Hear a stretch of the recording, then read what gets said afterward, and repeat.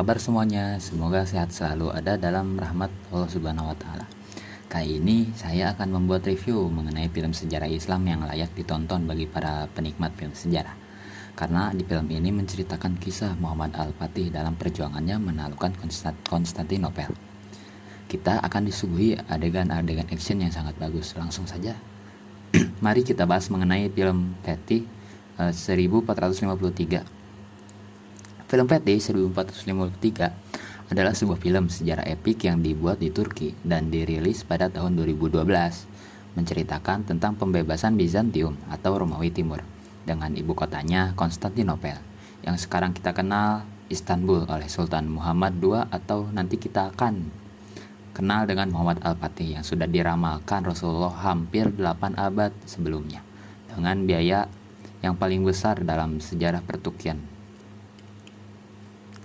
Diawali sebuah gambaran kota Madinah dan tahun 627 Hijriah pada saat Rasulullah SAW mengeluarkan sebuah hadis yang berbunyi, beliau bersabda, kota Konstantinopel akan jatuh ke tangan Islam, pemimpin yang menaklukkannya adalah sebaik-baik pimpinan, dan pasukan yang berada di bawah komandonya adalah sebaik-baik pasukan, yang merupakan hadis yang diriwayatkan oleh Ahmad bin Hanbal al-Musnad. Kemudian sekian berpindah pada tanggal 29 Maret 1432 Masehi di kota Erdenia, Turki ya. Lahirlah anak dari Sultan Murad. Beliau memberikan nama Mehmed atau Muhammad sebagai penghormatan kepada Rasulullah SAW. Kemudian Sultan Murad II berkata, aku yang memberinya nama, biarlah Allah yang menentukan nasibnya. Dalam adegan ini digambarkan Sultan Murad II dikabari tentang kelahiran anaknya saat ia sedang membaca Al-Quran, surat Al-Fat. Kemudian berlanjut ke scan pada Hasan yang berkunjung kepada gurunya yang tampak ragu dengan kepemimpinan Sultan Mehmed di awal masa pemerintahan kedua Sultan Mehmed. Banyak penduduk yang meragukan kepemimpinannya Sultan Mehmed karena sebelumnya beliau pernah digulingkan dan kekuasaannya, serta beliau mengangkat Halil Pasha kembali sebagai Perdana Menterinya. Orang yang sebelumnya telah menggulingkan dari tahta ini memberikan kabar gembira kepada pemberontak untuk menggulingkan kerajaan Utsmaniyah dan menghabisi Bani Utsman. Scan berpindah pada saat Sultan Mehmed sedang mengadakan rapat dengan penasehatnya. Datang utusan dari Kaisar Konstantinopel mengirim surat perdamaian dan menunjuk Pangeran Orhan sebagai calon raja dan juga menaikkan tunjangan sebanyak 300.000 koin. Sultan Mehmed berjanji akan membalas surat tersebut dan menerima perjanjian damai dari Kaisar Konstantinopel. Sultan Mehmed juga menyuruh Halil Pasha mengirimkan perjanjian damai kepada Raja Roman, Hungaria, Polandia, dan Raja Serbia, serta Paus. Namun hal ini tidak disetujui oleh penasehatnya yaitu Zaganos Pasha. Akan tetapi Sultan Mehmed menjelaskan itu adalah sebagai langkah awal untuk menaklukkan Konstantinopel. Kemudian scan berlanjut pada adegan di mana pada suatu malam Sultan Mehmed bermimpi bertemu dengan Utsman. Utsman ini adalah nenek moyangnya Sultan Mehmed. Di dalam mimpi tersebut, Utsman berpesan bahwa Sultan Mehmedlah yang akan membuat kekaisaran Turki menjadi lebih besar, serta beliaulah pemimpin yang telah diramalkan Rasulullah untuk menaklukkan kota Konstantinopel. Setelah mendapati mimpi itu, Sultan Mehmed langsung mengutarakan rencananya kepada para penasehatnya yaitu Isha Pasha untuk membuat 100 kapal dalam setahun dan 3 meriam raksasa. Beliau juga meminta Halil Pasha untuk melaporkan status persenjataan amunisi dari jenis-jenis lainnya. Kemudian Halil Pasha bertanya, untuk apa semua itu? Mehmed menjawab, itu untuk menggabungkan kerajaan kita yang terbagi di Rumelia dan Antonolia dan membuatnya menjadi kerajaan besar. Sebagai pengawal pribadi Sultan Utsmaniyah mendengar berita tersebut, Halil Pasha menyatakan keberatan. Menurut Halil Pasha, rencana tersebut hanya akan membuat kekuasaan semakin menyusut. Namun sanggahan tersebut ditolak mentah oleh Sultan Mehmed karena menurut beliau hidup untuk mencatatkan sejarah bukan hanya untuk menjadi seorang pengecut. Kemudian berlanjut dengan adegan Hasan bertemu dengan seorang pelayan istana Kaisar Konstantinopel pelayan istana memberitahukan Hasan bahwa tadi malam ada acara makan malam di istana Konstantinopel yang dihadiri oleh Pangeran Orhan. Dalam acara tersebut, Kaisar Konstantinopel membahas tentang cara untuk membantu kerajaan halaman Noglu Ibrahim yang sedang dalam persiapan melawan pasukan Sultan Mehmed. Kaisar Konstantinopel memerintahkan Orhan untuk mengirim surat untuk Karamoglu bahwa Konstantinopel, Hungaria Latin, dan Paus berada di sisinya. Hasan pun mendengar semua pembicaraan mereka lalu memberitahukannya. Setelah mendengar informasi tersebut, Hasan dengan temannya mencegat laju dari pengirim surat dari Kaisar Konstantinopel untuk Karamoglu, dan Hasan berhasil merebut surat tersebut dan mengirimkan surat itu kepada Sultan Mehmed. Sultan Mehmed pun marah melihat pengkhianatan yang dilakukan oleh Kaisar Konstantinopel.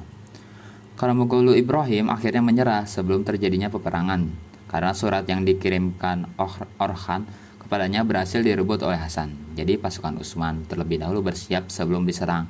Karamoglu akhirnya ciut ketika melihat pasukan Utsmani yang begitu sangat banyak. Beberapa hari kemudian, Orhan mengirim surat untuk Sultan Mehmed, kemudian dibacakan oleh Halil Pasha yang berisikan Konstantinopel ingin melipat gandakan uang tunjangan yang dibayar oleh Turki Utsmani kepada Orhan. Sultan Hamid menunjukkan sebuah surat yang dikirimkan Orhan untuk Ibrahim, dan Sultan Mehmed menyuruh Halil Pasha untuk membacanya. Dan Halil Pasha pun terkejut isi dari surat yang menyebutnya ia dikaitkan dalam surat tersebut yang diketahui ini hanya akal-akalan Kaisar Konstantinopel untuk menjebak Halil Pasha. Pada tahun 1452 Masehi, Sultan Mehmed mulai membangun benteng di Bogakeshen untuk mencegat semua bantuan yang datang dari Laut Hitam untuk Konstantinopel. Kabar mengenai pembangunan benteng pun akhirnya diketahui oleh Kaisar Konstantinopel beserta kerajaan Kristen lainnya. Mereka berencana untuk membentuk tentara yang tangguh untuk mengurungkan niat Sultan Mehmed. Namun, ketika itu Sultan Mehmed diuntungkan dengan kondisi Perancis dan Inggris dan saling berperang dengan Jerman sedang menghadapi konflik internal negaranya. Kondisi mereka sedang tertekan, kata tidak ada pilihan kecuali menggabungkan gereja Ortodok terhadap Katolik lainnya. Pada tahun 1452 Masehi, kapal dagang Genoa ditenggelamkan oleh pasukan Sultan Mehmed di Bogakeshen. Hal ini membuat Kaisar Banoa murka dan mengirimkan tentara bantuan Konstantinopel yang dipimpin oleh Yustiani dengan melewati laut yang dibantu oleh Paus untuk membantu melawan serangan dari tentara Sultan Mehmed. Sultan Mehmed diketahui kesenian ini orang yang melamar era yang sebelumnya. Diceritakan dalam semua perlengkapan sudah siap, Sultan Mehmed mengatur segala strategi perang termasuk dengan mengirimkan hadiah kepada Kaisar Hungaria, Serbia, Polandia, dan Georgia. Diketahui Kaisar Konstantinopel telah memasang rantai besar raksasa di bagian Golden Horse, yaitu tembok terlemah benteng Konstantinopel, sehingga tidak memungkinkan kapal-kapal untuk melintas dan menyerang. Akhirnya hari-hari yang ditunggu pun tiba. Pengepungan pertama yang dilakukan oleh Sultan Mehmed pada hari Jumat 6 April 1453 Masehi dengan membawa 250.000 prajurit. Sebelum melakukan penyerangan, Sultan Mehmed memberikan pilihan kepada Kaisar Konstantinopel apakah menyerah atau perang. Kaisar Konstantinopel dengan angkuhnya memilih jalur perang.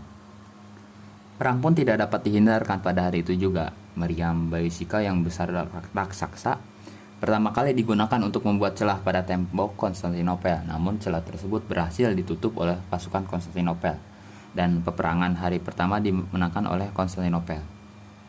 Setelah 5 hari peperangan, Sultan Mehmed memerintahkan kepada kepala penggali yang bernama Mustafa untuk membuat terowongan. Namun hal tersebut diketahui oleh pasukan Konstantinopel. Setelah 12 hari penyerangan pertama, Sultan Mehmed memanggil Hasan untuk melakukan serangan kedua pada malam hari. Serangan ini juga gagal dan hampir membuat Hasan tewas dalam serangan. Dan ditambah tragedi di mana Urban, si pembuat meriam Balisika yang raksasa itu, mengalami musibah Meriamnya meledak dan hancur yang menyebabkan ia terluka parah. Pada hari ke-40, ada 3 kapal bantuan untuk Konstantinopel dan berhasil melewati pertahanan pasukan Sultan Mehmed. Hal ini membuat Sultan Mehmed menjadi frustasi dan memarahi para pimpinan pasukan. Kemudian Sultan Mehmed diceritakan mengurung diri. Di samping itu, pasukan Sultan Mehmed juga merasa frustasi dan menganggap sultan mereka ini buta. Hanya cara apapun takkan bisa menembus kastil Konstantinopel. Tetapi Hasan datang marah kepada pasukan yang mau berkhianat, sampai membunuh provokator yang memengaruhi pasukannya untuk berkhianat. Kemudian,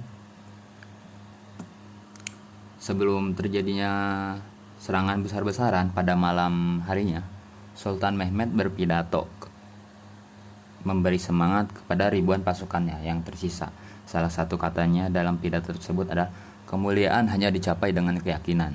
Pada pagi hari 29 Mei 1453 Masehi, pasukan Sultan Mehmed melakukan sholat subuh berjamaah yang dipimpin oleh Sultan ini. Sholat subuh ini merupakan suatu berjamaah yang terbanyak dalam sejarah. Setelah itu Mustafa si penggali akhirnya berhasil meledakkan tembok Konstantinopel dengan cara meledakkan lewat terowongan yang mereka buat. Akhirnya tembok Konstantinopel berhasil diruntuhkan sehingga pasukan Sultan Mehmed berhasil menerobos masuk. Akhirnya tidak berselang lama dari itu Sultan Mehmed berhasil menaklukkan Konstantinopel. Sejak saat itu Sultan Mehmed diberi gelar Al-Fatih yang artinya sang pembebas, dan sejak saat itulah wilayah Konstantinopel resmi menjadi wilayah kekuasaan di bawah kerajaan Turki Utsmaniyah. Nah, dari film tersebut kita bisa tahu banyak sekali hikmah yang bisa kita ambil, yaitu yang pertama adalah dalam hal ibadah Muhammad Al-Fatih tidak pernah meninggalkan ibadah-ibadah wajib dan sunnahnya juga. 2. Dalam hal pendidikan, Sultan Muhammad Al-Fatih menerima berbagai disiplin pendidikan terbaik saat itu. Kepribadian Sultan senantiasa bertawadu dan rendah diri. Kemudian persiapan yang sangat matang, dan pada zaman itu taktik yang sangat paling brilian. Kemudian ada juga teknologi yang beda dari orang lain. Setelah berhasil direbut, Sultan segera mendirikan masjid, yakni Masjid Hagia Sophia yang semula asalnya gereja. Dan setelah pembebasan tersebut, Sultan tidak menghakimi para penduduk Konstantinopel. Mungkin hanya yang segitu saja yang bisa sampaikan mengenai tentang review film dari Fatih 1453 ini. Terima kasih. Wassalamualaikum warahmatullahi wabarakatuh.